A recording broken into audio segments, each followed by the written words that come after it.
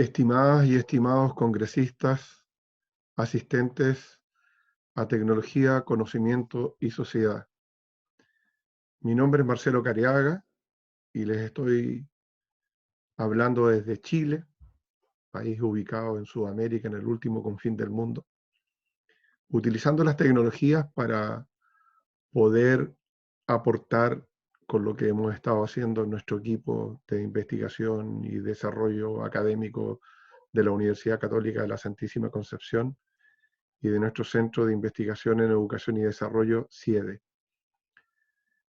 Antes de comenzar, quiero valorar y agradecer a Common Ground, a todos sus directivos y responsables, por la capacidad organizativa, por mantenernos vigentes año a año en estos eventos en que podemos colaborar y compartir nuestros avances y nuestras reflexiones, y por la flexibilidad y la capacidad de adaptación a las circunstancias excepcionales en que nos encontramos en esta pandemia mundial, que nos ha impedido poder encontrarnos en rodas como fue perdón, originalmente programado.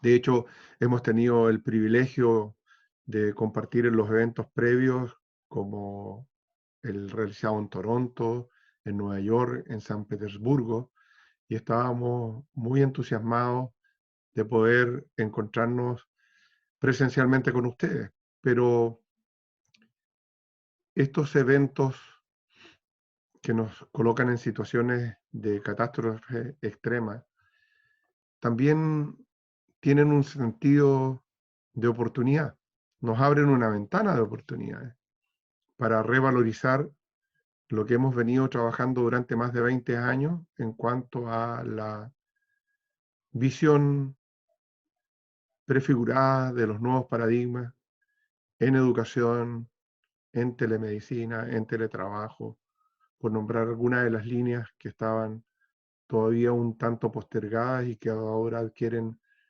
prestancia en el actual contexto.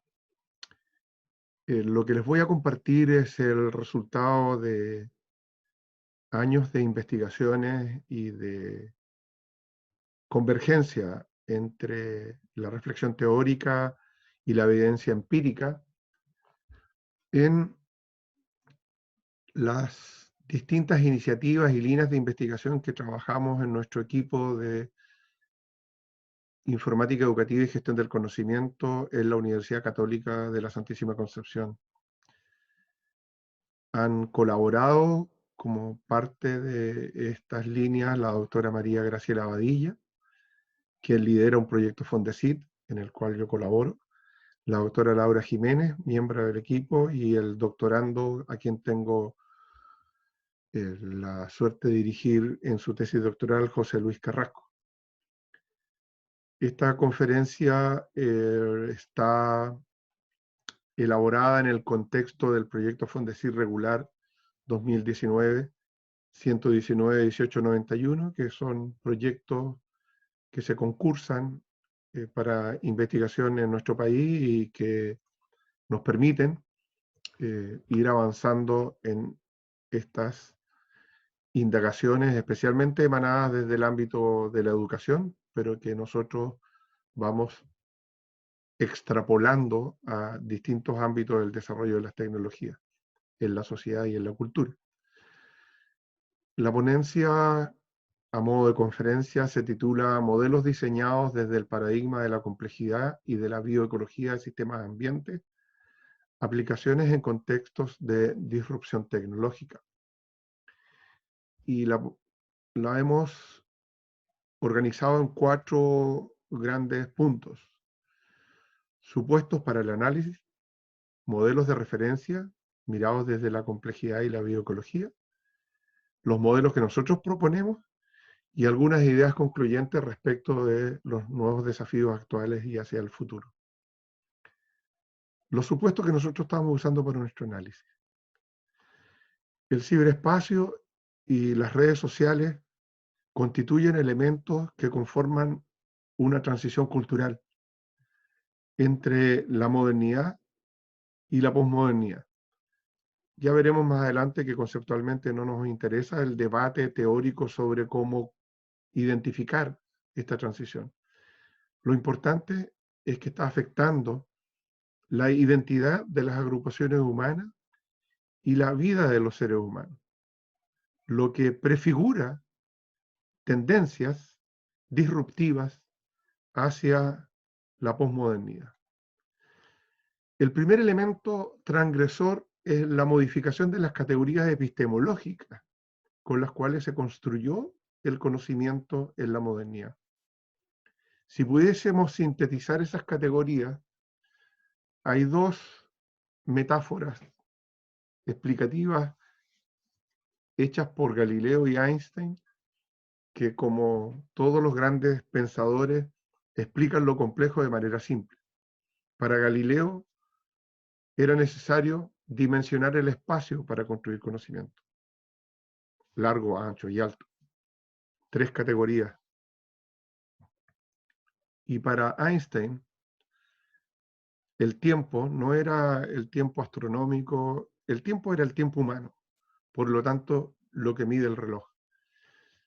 Y de manera simple, la epistemología moderna utilizó estas dimensiones tiempo-espaciales para generar conocimiento científico basado en la evidencia y también, por supuesto, para desarrollar la tecnología y otro tipo de conocimientos humanos. El mundo posmoderno hoy día se mueve por la cibernética aplicada en casi todos los ámbitos de la sociedad y de la cultura. Inicialmente era solo la información y la comunicación, pero hoy día es la cibernética. Entonces hay un concepto que necesitamos despejar de manera inmediata. ¿Qué entendemos por cibernética? A mucha gente el concepto les evoca la robótica, la reproducción artificial del movimiento. Sin embargo, si nos remitimos al pensamiento clásico, Platón utilizó la metáfora del botero para explicar los principios de la cibernética. Cuando el botero orienta su bote hacia la orilla, que es la meta, y toma como referencia, por ejemplo, un árbol, y va tomando decisiones para poder controlar el curso de la navegación, y por lo tanto ejerce control sobre el timón, hay un gobierno, una toma de decisiones, una acción de dirección y de control para un cierto propósito. Esta relación entre el cibernético, el arte de pilotar, que también se hace extensivo por otros teóricos al arte de gobernar a los hombres, era la cibernética. Propósito, dirección, control y decisiones. Sin embargo, Norbert Wiener, cuando escribió su primer tratado moderno de cibernética, tuvo una precaución y planteó que la cibernética era la ciencia del control y la comunicación en animales y máquinas. Es decir, el control ejercido según el modelo teórico de caja negra, donde hay sistemas y medios naturales o automatizados que permiten la toma de decisiones con un cierto propósito o dirección. Un buen ejemplo es la metáfora del murciélago, ahora que está muy vigente en las pandemias. El murciélago cuando caza, todos sabemos que no es para alimentarse, caza insectos, no es un animal que vea, sino que hace una aproximación gradual hacia su presa emitiendo ondas ultrasónicas y por la acción de corrección del vuelo va tomando decisiones, que en este caso son naturales, y hace un acercamiento gradual hasta que atrapa el insecto. Un ejemplo nuestro, cuando acercamos la mano a una fuente de calor, hay un estímulo externo que ingresa a nuestro cuerpo a través de un transductor de entrada, que es la piel, que detecta este estímulo, se transmite a través de mecanismos sensoriales, en este caso red neurológica, que envía el impulso como una entrada al sistema hacia un sensorium, que es nuestro cerebro, en el caso de los computadores, la unidad central de procesos, donde se produce una comparación entre un estándar, que en este caso sería la temperatura del cuerpo, y el estímulo, lo cual hace que tengamos una respuesta. En este caso es un acto motor de sacar la mano de la fuente de calor para no quemarnos y ofrecer una salida, en este caso de repeler el estímulo. Lo mismo lo pueden aplicar cuando ustedes envían un mensaje electrónico a través del correo o utilizan una tarjeta electrónica en un banco con cajero automático. Los principios son los mismos: comunicación, control, toma de decisiones y dirección, pero lo más importante es que no necesitamos saber cómo operan. Lo importante es que operen de manera eficiente para los propósitos para los cuales activamos esos sistemas. Por lo tanto, la cibernética es una ciencia de la dirección y la comunicación en organismos vivos y en máquinas. Se ocupa de estos sistemas que son capaces de percibir estímulos, de conservar esa información, que puede ser información o energía, transformarla y utilizarla de manera regulada para un determinado propósito. De alguna manera, en educación nosotros entendemos que esto es incorporar eficacia en la acción. En términos sintéticos, la cibernética aplicada en la vida humana implica que cada vez más cantidad de personas e instituciones están desencadenando complejos tramados de decisiones automatizadas a través de decisiones muy simples.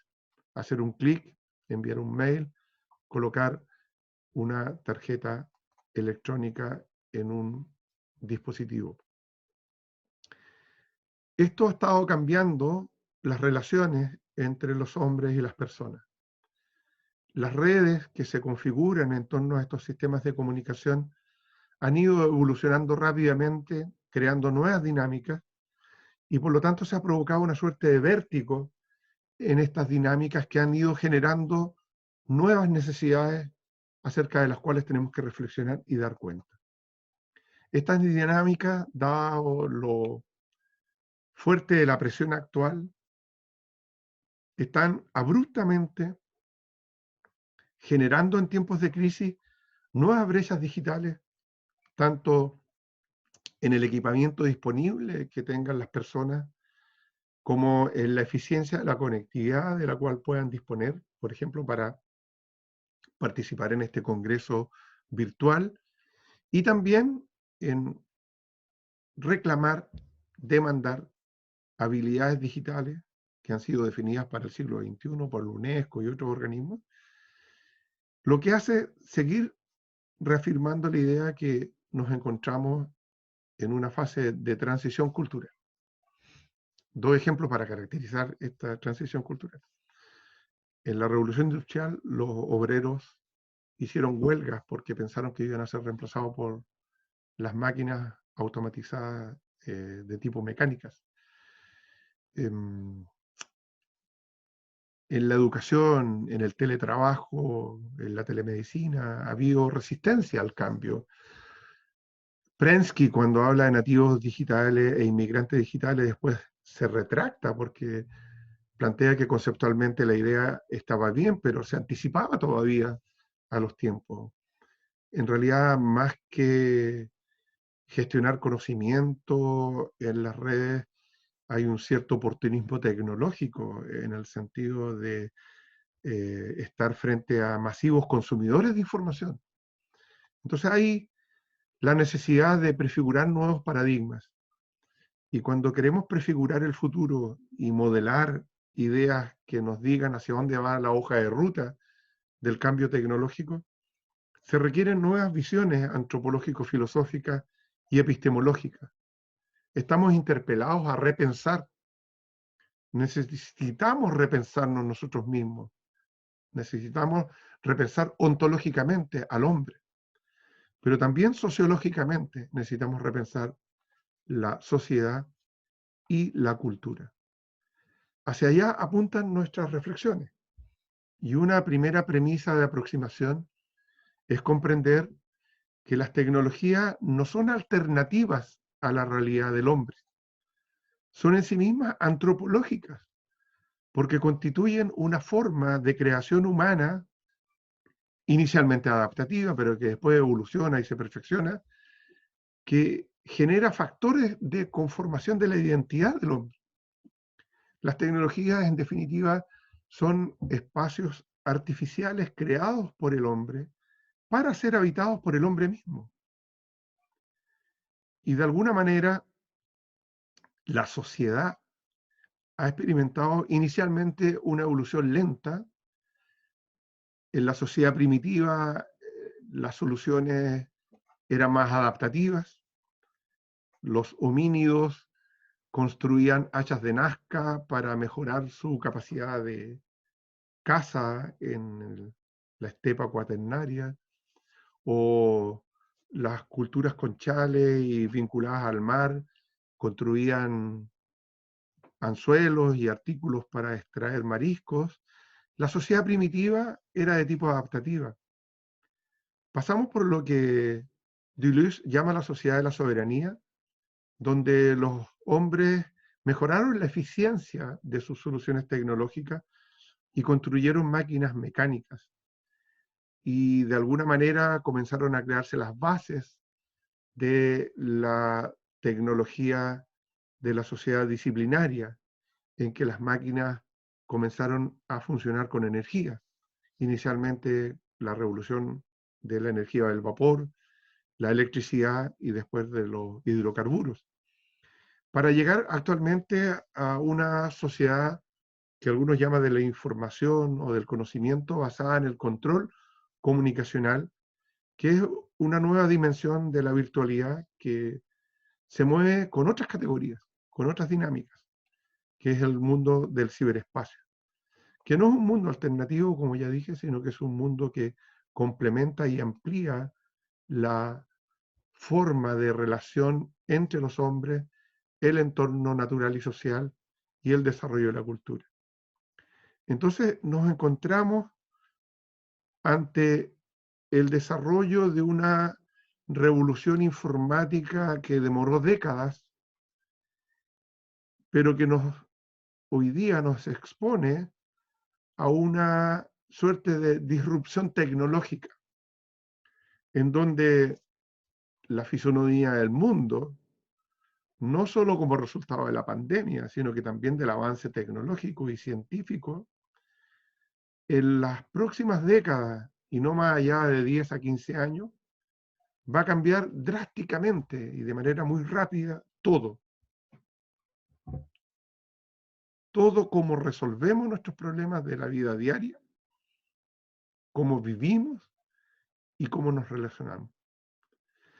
La inteligencia artificial, los macrodatos, la robotización, el Internet de las cosas, esto de que desde las casas, usando el mercado virtual, la impresión 3D, la impresión 4D, la salud digital, la nanotecnología, la biotecnología, y cuando salgamos, cuando podamos retornar a la realidad con normalidad, los vehículos autónomos, todo este avance importante de la tecnología nos va a exigir adaptaciones muy rápidas que van a ser demasiado dinámicas comparadas con las etapas históricas anteriores que describíamos. La clave para enfrentar esta disrupción es tener capacidad de anticipación. Y es por eso que necesitamos detenernos y reflexionar sobre las tecnologías y de cómo le damos mayor fundamento, lo que nosotros llamamos las tecnologías profundas, que no es la deep web, no es la internet oculta, es la reflexión ontológica, epistemológica y antropológica que tenemos que hacer acerca del significado que tienen las tecnologías para nosotros, las personas, la sociedad y la cultura. Necesitamos enfrentar estos desafíos sin miedo al fracaso. Necesitamos hacerlo de manera rápida y dinámica. Tenemos que pensar el futuro con una visión proactiva y positiva, buscando respuestas que sean útiles pero con fundamento, sin temor a los riesgos y con una capacidad de vivir la innovación y el cambio de manera permanente. Entonces, la disrupción tecnológica nos enfrenta a una transición cultural que continúa siendo enigmática. Algunos la llaman la sociedad de la información, otros la cultura o aldea global, la sociedad del conocimiento, la cultura cibernética, la sociedad líquida, la sociedad relativa, la cultura posmoderna. En realidad, los grandes metarrelatos de la modernidad, ni los nuevos modelos explicativos que están surgiendo para comprender esta transición cultural, han logrado determinar y entender la complejidad de estos cambios. Las teorías de la información de Shannon y Weaver, la aldea global de McLuhan, el anarquismo epistemológico, la teoría del caos, la teoría de la toma de decisiones, la epistemología posmoderna de la ciencia, la teoría del control, la revolución tecnológica, la conceptualización sobre el fin de la historia de Fukuyama, la teoría del conectivismo de Siemens, la teoría de la transhumanización de Kurzweil, la teoría de la asociación de Prensky, por nombrar algunas, hay muchas más, han sido insuficientes. ¿Qué hemos hecho nosotros? Hemos tomado todas estas teorías, pero hemos priorizado dos que nos entregan elementos que nos permiten investigar comprendiendo la complejidad del contexto desde una bioecología de los sistemas ambientes. Por lo tanto, considerando todas las teorías anteriormente nombradas y otras, hemos focalizado en Bronfenbrenner y en Morin nuestros fundamentos más directos que nos han permitido modelar distintos referentes que compartiremos al final de esta conferencia. De los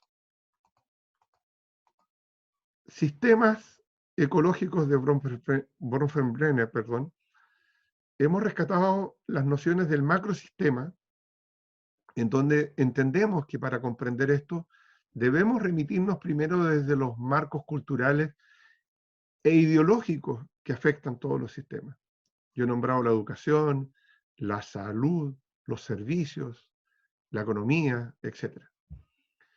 Pero también están los exosistemas, que son entornos que tenemos que dar cuenta y que giran alrededor de las personas y de las organizaciones y que nos afectan de manera exógena, con variables que intervienen sobre nuestros sistemas, según la teoría del sistema de Bertalanffy, por ejemplo, y que de alguna manera están incorporando estos estímulos externos, que pueden ser, como decía, información o energía y que nos afectan. Están también los mesosistemas, que son las relaciones que existen entre los entornos. Hay una dinámica de interacción que después, si esta la vinculamos con la epistemología de la complejidad, lo que hacen es exigir la interrelación entre distintas entidades para configurar bucles de conocimiento. Es decir, no podemos investigar solamente focalizados en determinados contextos particularizados, sino que necesitamos establecer vínculos de relación teórica y empírica entre distintas instancias, que pueden ser personas o instituciones, que de manera intermedia influyen en los fenómenos que investigamos o sobre los cuales estamos trabajando. Y está el microsistema, que son el conjunto de actividades, roles y relaciones interpersonales que las personas experimentan en un ambiente determinado. En una escuela, en un partido político, en un banco, en una cárcel, en donde hay mallas de poder, según Foucault, en donde se da esta sociedad del control de Deleuze, por nombrar algunos de los teóricos también que nos están representando en nuestros fundamentos. De la epistemología de la complejidad, lo que rescatamos es el concepto de instancias. Es decir, en la realidad existen distintos elementos que nos exigen una pluralidad de enfoques para comprender la realidad. No podemos, como lo hacíamos en la modernidad, solamente investigar focalizados en un objeto de estudio determinado sin dar cuenta del entorno que influye sobre él. No es posible que la evidencia científica se fundamente en variables particularizadas exclusivamente. Tenemos que dar cuenta de la completitud de la realidad.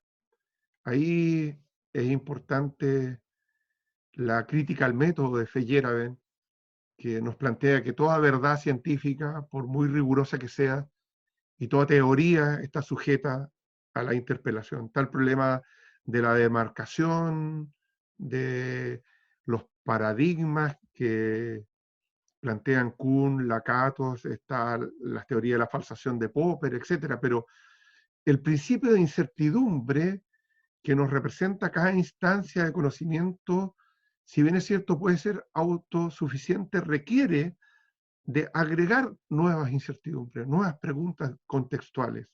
Y ahí es donde se vincula la bioecología de sistemas, ambientes, con la epistemología de la complejidad.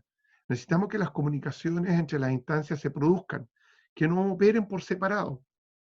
A mis alumnos siempre le pongo el ejemplo de la arquitectura en las ciudades. Donde había una casa, se destruye esa casa y se construye un edificio. Pero no necesariamente hay una evaluación del impacto ambiental, de las mitigaciones viales, de los espacios para que los niños jueguen, el problema de salud pública, el problema de la evacuación de las basuras. Solamente hay un criterio economicista de aprovechar y maximizar el espacio para rentabilizar. Esa es la forma moderna de solucionar los problemas. Necesitamos una forma postmoderna, integral, compleja, sustentable, que respete la ecología, que entienda las variables humanas que no solamente concurren desde las necesidades primarias o desde las necesidades descritas por la pirámide de Maslow. Ya les voy a hablar sobre eso. Necesitamos configurar bucles de conocimiento o bucles de conocimiento. La conformación del conocimiento es el resultado de esta tarea de encuentro. Y eso es lo que queremos plantearles. Tomadas estas consideraciones, ¿cuáles son los modelos que les proponemos? Voy en este caso a ser bastante rápido porque si ustedes están interesados en lo que les estamos compartiendo, al final les vamos a entregar unos tips sobre libros, capítulos de libros y publicaciones científicas que hemos hecho en algunas revistas, en donde ustedes pueden profundizar sobre estos modelos. Y también la comunicación que podemos después del proyecto virtual mantener para precisamente aplicar uno de estos modelos, por ejemplo el modelo 5R que ya les voy a explicar brevemente. ¿Qué modelos hemos diseñado para llevar a la práctica la orientación teórica de nuestras investigaciones? Primero, la constatación de que existen nuevas necesidades en este contexto disruptivo. Y para eso no nos basta la pirámide de necesidades formulada por Maslow, que sigue teniendo vigencia, no la negamos. Tenemos necesidades fisiológicas, básicas, de seguridad, necesidades sociales, de autoestima y de autorrealización. Pero estas parecieran que se sitúan principalmente en el sujeto y su relación del sujeto con el entorno directo, moderno, en el que se desenvolvía hasta hace unas décadas atrás. Pero en la revolución tecnológica y en la disrupción del futuro cercano, necesitamos vincular las necesidades individuales del sujeto entendido como agente cultural, gestor de conocimiento a través de las contribuciones que él hace por sus talentos a la singularidad de la identidad cultural del grupo humano al que él pertenece. Entonces hay unas necesidades individuales y unas necesidades singulares de las distintas culturas que requieren ser atendidas. La cultura a nivel local requiere nociones de ciudadanía digital, requiere democratización del acceso al conocimiento, requiere procesos de endoculturación, requiere gestión de conocimiento y necesita superar las fronteras que existen entre la administración de información y la vinculación de su cultura con la cultura a escala humana. Entonces hay unas dinámicas que son muy enérgicas hoy día. Transculturación, endoculturación, aculturación, que antes eran muy lentas. En los tiempos de Marco Polo, las ligas helvéticas, el comercio marítimo, todo esto era muy lento. Hoy día es tremendamente ágil. Entonces necesitamos comprender cómo esa dinámica ha hecho que el mundo se mueva con otras categorías. Y para eso tenemos otro modelo, que es el modelo 5R, que es la relación virtuosa que debe existir entre las redes sociales, las de contacto, de colaboración, de confianza y las redes expansivas. Aquí lo que hay que buscar es de qué manera la frontera epistemológica existente entre el espacio de los lugares y el espacio de los flujos, a decir de McLuhan, es decir, entre las categorías temporoespaciales del mundo moderno y el ciberespacio del mundo digital. El mundo está dinamizado de esta manera. El problema es cómo construimos redes de colaboración cuando compartimos intereses comunes, de qué manera conformamos redes de confianza y cómo éstas se hacen expansivas. Quienes están participando de este evento online, sin duda que se van a transformar en redes expansivas en la medida que compartan esta dinámica. Pero detrás de esto hay un desafío epistemológico. ¿Cómo superar la frontera existente entre el ser meros administradores de información, oportunistas tecnológicos o consumidores de información y gestores del conocimiento? Esto requiere un análisis más fino, pero dicho en términos muy rápidos.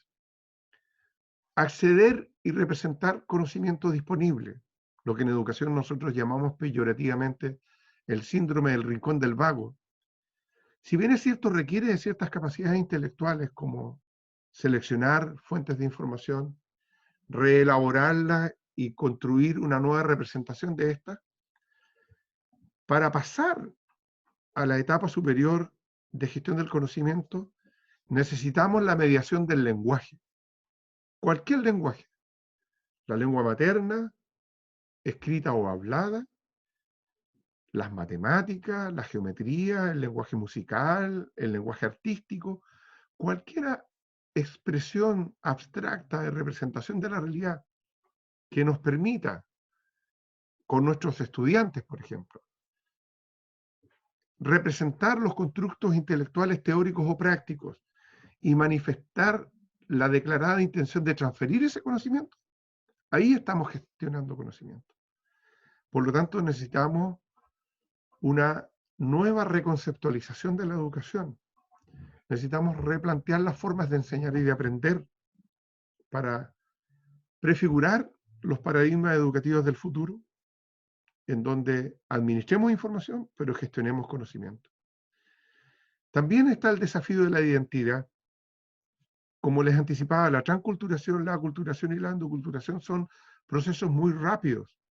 Y por lo tanto, este sujeto gestor cultural que usa sus talentos para aportar a su grupo humano, necesita que a través de su grupo humano singular se vincule con una identidad a escala universal. Y esto no es una contradicción, tiene un sentido de oportunidad. No tenemos que ver como una amenaza las tecnologías y la cultura a escala humana, tenemos que verla como una oportunidad.